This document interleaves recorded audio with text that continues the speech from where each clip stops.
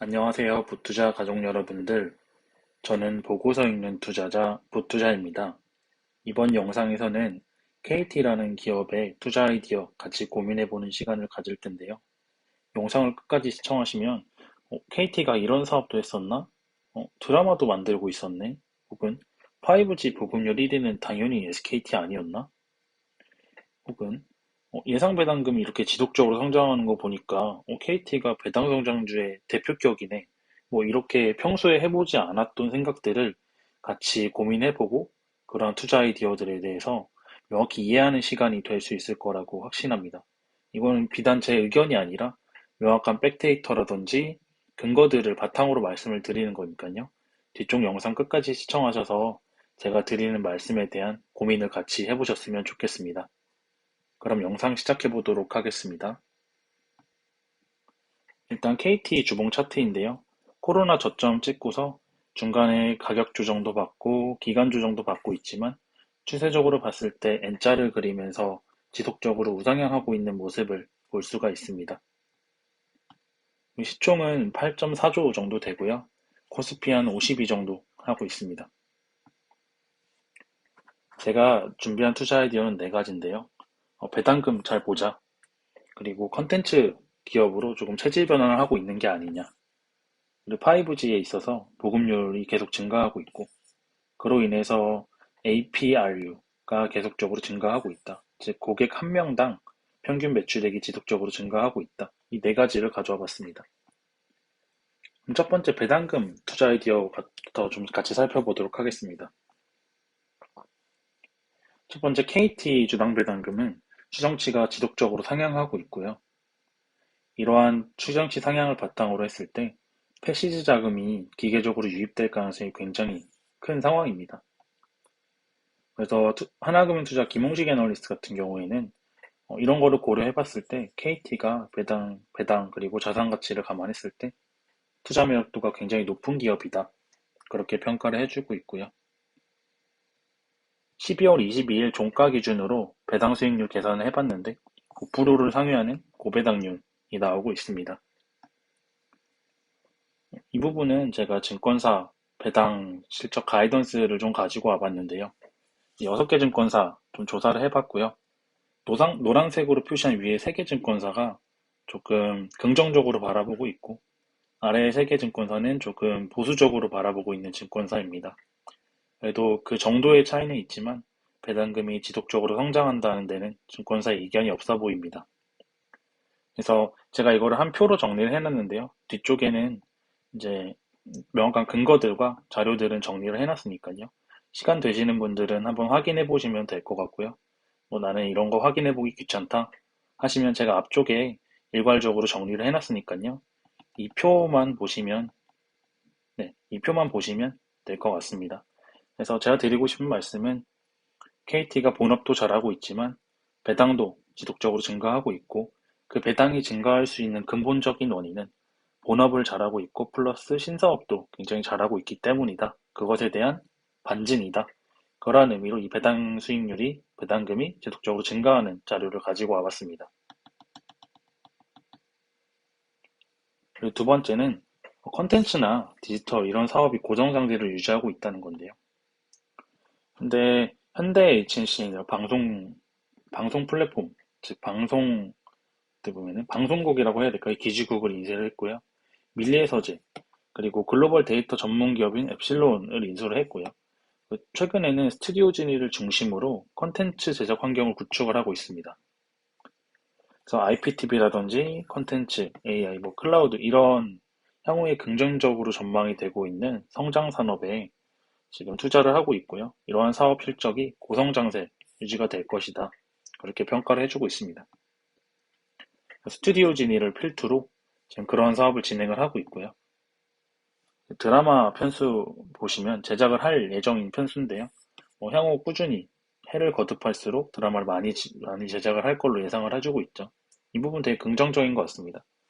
기존의 통신업이라는 껍데기에 씌워져 있던 그 프레임을 벗어나고 이제는 컨텐츠, 드라마, AI, 클라우드, 향후에 고성장세가 유지되는 산업으로의 체질 전환, 이 부분을 저는 가장 긍정적으로 보고 있습니다. 이 부분 아까 말씀드린 부분 자료를 가지고 온 거고요.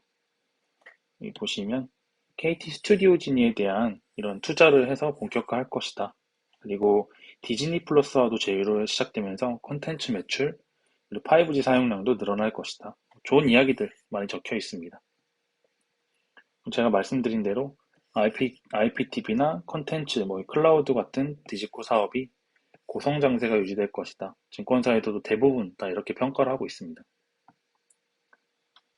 또 이제 하나투자증권 가지고 와봤는데요.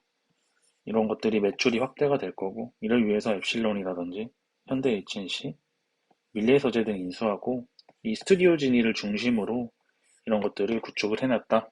그런 평가를 해주고 있습니다. 그래서 이제 하나투자증권에서는 조금 더 긍정적으로 평가를 하고 있는 부분이 안정적인 통신 부분, 즉 본업이죠. 이게 본업인데 본업과 더불어서 현재 신사업, B2B랑 디지코 신사업을 통해서 체질 개선해서 현재 장기 성장 기반이 마련되고 있다. 이 부분을 저는 가장 좋게 보고 이러한 구조적인 성장, 그리고 향후 신사업들에 대한 멘트들이 좀 한 증권사에서 나오는 게 아니라 대부분의 증권사 가이던스로 형성되고 있다는 점이 정말로 고무적이고 긍정적인 것 같습니다. 또 보시면 컨텐츠 사업 확대하겠다는 내용이고요. 드라마 많이 내겠다. 이런 내용들. 그리고 콘텐츠 사업, 콘텐츠 관련된 이야기들 많이 해주고 있습니다. 더 이상, 그러니까 증권사에서 지금 저희한테 계속 메시지를 주고 있는 거는 KT를 더 이상 통신 껍데기로 보지 마라. 이제 KT는 콘텐츠 기업으로 탈바꿈을 하고 있다. 그런 메시지를 지속적으로 이해관계자라든지 시장 참여자들에게 지속적으로 메시지를 전달하고 있습니다. 이러한 패러다임의 변화의 초반부에 조금 관심을 가지고 접근을 해보시는 거를 저는 좀 좋게 생각을 하고 있고요. 저 또한 그래서 KT라는 기업을 유심히 보고 있습니다. 세 번째 투자 아이디어는 5G 사용량이 계속적으로 증가하고 있다는 건데요. 21년 3분기 말 5G 가입자 수가 561만 명이에요. 이제 KT 같은 경우에. 그래서 전분기 대비해서 60만 명 증가를 했고요. 5G 보급률은 한 40% 정도 되고요. 7월부터 15개월 연속 보급률 1위를 달성을 하고 있네요. 이 가입자 수 보시면 굉장히 기울기가 가파른 것을 볼 수가 있죠. 이 기울기가. 그래서 증가세가 가파르다. 그리고 보급률 같은 경우에도 여기 검은색이 KT거든요. 다들 이렇게 생각을 하실 거예요. 야, SK가 제 통신사 중에서 크고 마켓시어가 크니까 보급률도 당연히 SK가 제일 많은 거 아니야? 보통 그렇게 많이들 생각을 하실 거예요. 근데 실상 데이터를 까보면 KT가 제일 높습니다. 그리고 비슷하게 보이지만 이 기울기 자체가 굉장히 가파르다는 거예요. 그래서 이 부분을 좀 주의 깊게 보셔야 됩니다. 그리고 5G 가입자, 그리고 보급률이 중요한 게 뒤쪽에서 말씀드리겠지만 객단가가 높아요. 그러니까 4G나 LTE에 비해서 비싸다는 거죠. 비싼 물건을 가파른 성장률로 많이 팔고 있는 게 KT다. 그렇게 이해를 해주시면 되겠고요. 20년도에 대한 성과를 좀 보시면, 야, 당연히 SKT가 제일 크고 좋으니까, 제일 좀 실적도 잘 나오고 그런 거 아니야? 그런 생각을 하실 수 있는데요. 실제로 데이터를 보면 KT 성장률 한번 보시죠. 여기 별도 순이익 같은 경우에는 지금 3사 중에서 따라올 기업이 없습니다. 네. 그래서 이런 부분에 대한 데이터들, 근거들 좀 막 가지고 와봤고요. 마지막으로 이제 3번 투자 아이디어에서 이어지는 내용이에요. 비싼 5G를 많이 잘 팔다 보니까 가입자당 평균 매출액이 지속적으로 증가하고 있다는 내용인데요. 19년 1분기부터 3사 중에서 가장 높은 평균 고객당 객단가를 유지하고 있습니다. 그래서 이 파란색이 지금 KT고요. 객단가를 보시면 현재 파란색 KT가 제일 높은 것을 볼 수가 있죠. 아마 대부분 다 SKT가 제일 높다고 생각을 하실 거예요. 근데 실제 그런 감하고 데이터는 좀 구분하셔서 팩트로 접근하실 필요가 있을 것 같습니다. 그럼 마지막으로 제가 오늘의 명언 가지고 와봤는데요. 항상 비슷한 이야기를 저는 가지고 오는 것 같습니다. 여기서 같이 읽어보시면 워렌 버핏이 했던 이야기고요. 우리는 비관론이 있을 때 투자하고자 하는데 나는 비관론을 좋아해서가 아니라 이 부분이 포인트죠. 비관론 덕분에 주가가 싸지기 때문이다. 최근의 사례를 한번 들어볼까요? SK하이닉스하고 우리나라의 반도체 대장주인 삼성전자. 디램 가격이 많이 꺾인다는 이유로 이번 연도 3분기, 2분기 지속적으로 가격 조정 그리고 기간 조정을 받았습니다.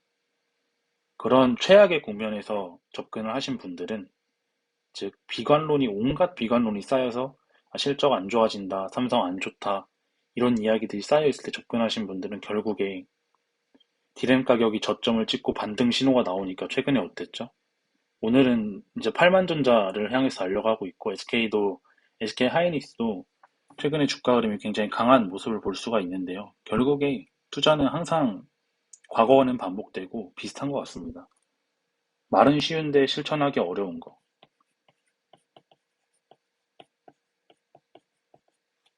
제가 항상 드리는 말씀이죠. 공포에 사서 흥분에 팔아야 됩니다. 아마 대부분 처음 시장에 들어오신 분들이나 경험이 많이 없으신 분들은 이렇게 할 거예요. 공포에 팔고 흥분에 삽니다. 이거는 이제 보통 처음에 오신 분들 이렇게 하죠. 야, 이거 누가 어떤 산업 되게 좋대. 야, 이거 앞으로 엄청 좋아질 거야. 그러니까 남들이 다 좋다고 하는 이 흥분에 사고요. 주가가 많이 빠져서 야, 이제 이 기업 망한댄다. 어떡하냐. 이거 지금이라도 손절 안 하면 상폐될 수도 있고 이 산업 자체가 완전 몰락된대. 뭐 그런 이야기들이 나오면 팔아버리죠. 공포에 판다는 건 싸게 판다는 소리고요. 남들이 다 좋다고 흥분할 때 산다는 거는 굉장히 비싸게 산다는 소리입니다. 이거를 거꾸로 하셔야 돼요. 남들이 다 버릴 때 인간의 본성이 역행해서 오히려 용기를 내야 되고요. 남들이 다 좋아서 대중들이 불나방처럼 달려들 때는 그때 조금 내려놓을 줄 알아야 됩니다. 이거를 안 하시면 아마도 똑같이 다 같이 흥분할 때 달려들고 다 같이 공포에 휩싸여 있을 때 던지고 나오시면 아마 시장을 대응하시기가 생각보다 어려울 수 있습니다. 그래서 제 영상을 보시는 분들이라도 항상 이러한 부분들을 마음에 새기시고 어렵겠지만 실천하려고 노력하면서 어려운 시장 해나가셨으면 좋겠습니다. 제가 준비한 영상은 여기까지고요. 그 아래 고정 댓글 보시면 이 PPT 자료에 대한 다운로드 받을 수 있는 링크도 같이 달아두었고요. 보고서 읽는 투자자 오픈 채팅방 링크도 같이 좀 달아 놓을 테니까요. 관심 있으신 분들은 많은 참여 부탁드립니다. 그럼 영상이 도움이 많이 되셨다면 좋아요와 구독 한 번씩 눌러주시고요. 저는 다음 영상에서도 건강한 투자 아이디어 가지고 여러분들 찾아뵙도록 하겠습니다. 그럼 영상 끝까지 시청해주셔서 고맙습니다.